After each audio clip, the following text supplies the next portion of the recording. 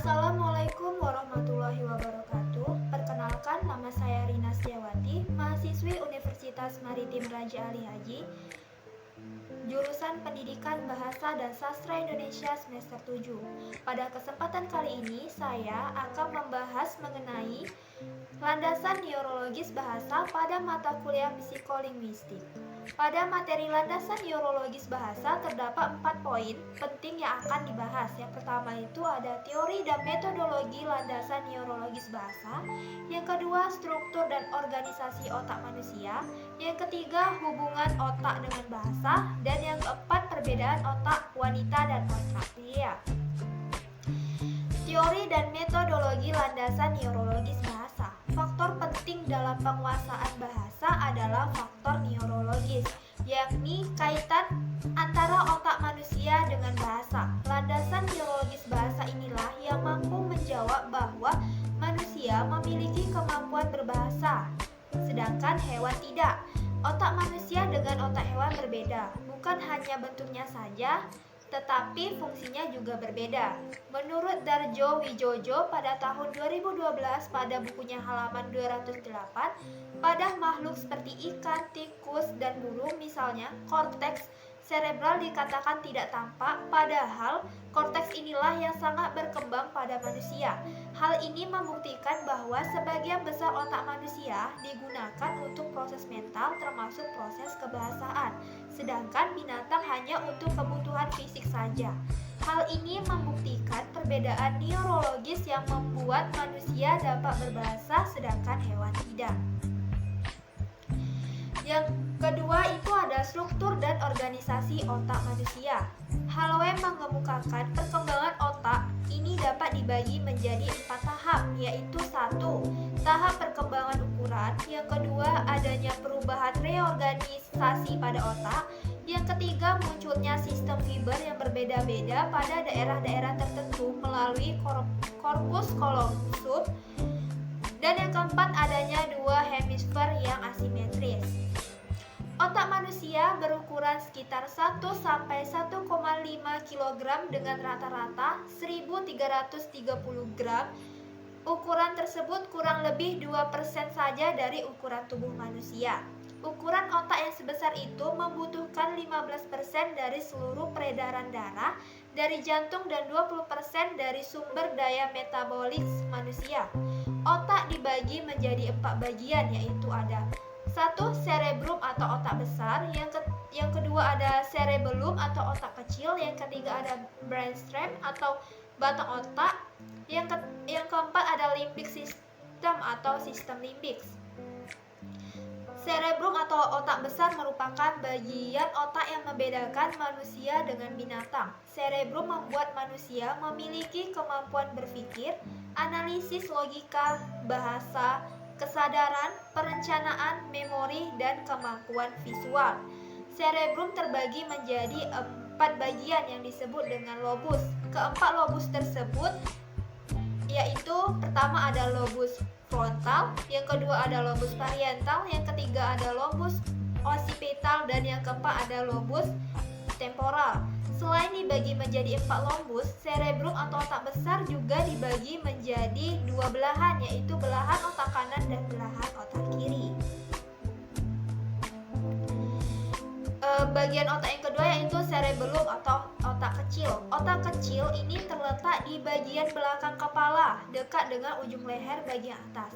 Cerebellum mengontrol banyak fungsi otomatis otak, diantaranya mengatur sikap atau posisi tubuh, mengontrol keseimbangan, koordinasi otot, dan gerakan tubuh. Yang ketiga ada batang otak. Batang otak ini berada di dalam tulang tengkorak atau rongga kepala bagian dasar dan memanjang sampai ke tulang punggung atau sumsum tulang belakang. Bagian otak ini mengatur fungsi dasar manusia seperti pernapasan, denyut jantung, mengatur suhu tubuh, mengatur proses pencernaan. Dan yang keempat itu ada sistem limbik yang berfungsi untuk menghasilkan perasaan, mengatur produksi hormon, memelihara homeostasis, rasa haus, rasa lapar, pusat rasa senang, metabolisme, dan juga memori jangka panjang. Materi yang ketiga ini yaitu hubungan otak dengan bahasa. Dari struktur serta organisasi otak manusia memegang peranan yang sangat penting dalam bahasa. Menurut Brown, bahasa itu adalah seperangkat simbol, vokal maupun visual yang sistematis, mana suka mengonvensionalkan makna kata yang dirujuk dan dipakai untuk berkomunikasi oleh manusia dalam sebuah komunitas atau budaya wicara dan dikuasai oleh semua orang dalam cara yang sama. Dan yang terakhir itu adalah perbedaan otak wanita dan otak pria. Menurut Steinberg, DKK, dalam buku Darjo Wijojo pada tahun 2012 pada bukunya halaman 221, ada perbedaan antara otak pria dan otak wanita dalam hal bentuknya, yaitu hemisfer kiri pada wanita lebih tebal daripada hemisfer kanan. Keadaan seperti inilah yang menyebabkan kelas bahasa pada umumnya didominasi oleh wanita.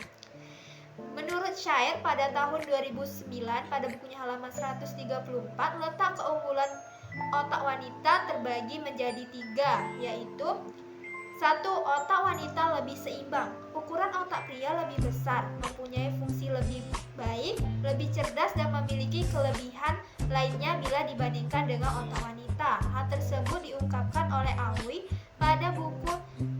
pada Shire tahun 2009 pada bukunya halaman 133.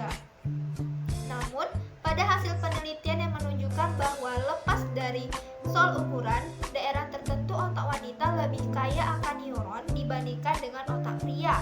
Maksud dari daerah tertentu dari pernyataan tersebut adalah hemisfer kiri pada wanita. Oleh karena itu, wanita memiliki kemampuan verbal yang lebih tinggi yang ternyata dapat dilacak ke otaknya. Dari daerah otak wanita yang menguras kemampuan kognitif lebih tinggi, lebih banyak neuronnya dibandingkan dengan daerah yang sama dengan otak pria. Penggunaan otak kiri dan otak kanan secara serentak membuat wanita dewasa lebih lincah dalam soal verbal dibandingkan dengan pria. Yang kedua, otak wanita lebih tajam. Menurut Shire pada tahun 2009 pada halaman 134, penglihatan wanita lebih tajam dibandingkan dengan pria. Meskipun diakui bahwa lebih banyak wanita yang lebih dulu memerlukan bantuan kacamata dibandingkan pria. Sedangkan kalau ke daya ingat, wanita juga lebih tajam ingatannya dibandingkan dengan pria. Baik wanita maupun pria sama-sama akan mengalami penurunan daya ingat sesuai dengan pertambahan usia.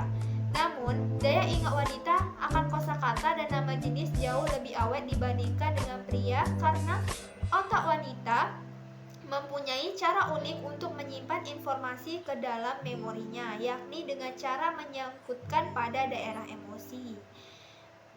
Selain itu, perasaan wanita juga lebih tajam. Hal tersebut terbukti ketika wanita diminta untuk mengenang pengalaman emosionalnya.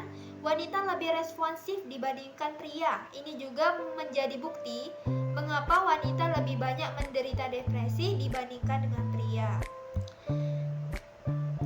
Dan yang terakhir itu adalah lebih awet dan selektif. Otak pria mengerut lebih cepat dibandingkan otak wanita. Menurut Ruben Gould pada Shire tahun 2009 pada bukunya halaman 136, cara kerja otak pria dan wanita dari berbagai usia, jaringan otak pria menyusut 3 kali lebih cepat daripada wanita. Karena sama-sama muda, memang otak pria lebih besar daripada otak wanita. Tetapi ketika keduanya mencapai usia 40 tahun, otak pria menyusut sehingga besar sama dengan otak wanita. Penyusutan ini membawa akibat perubahan yang nyata, yakni makin tua seorang pria, daya ingatannya, konsentrasinya, dan kesabarannya ikut menyusut.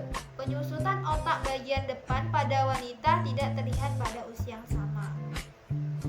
Otak wanita memiliki kemampuan untuk menyesuaikan kecepatan metabolisme otak atau pemakaian energi oleh otak dengan umurnya, sedangkan kecepatan metabolisme pria semakin boros energi dengan bertambahnya usia.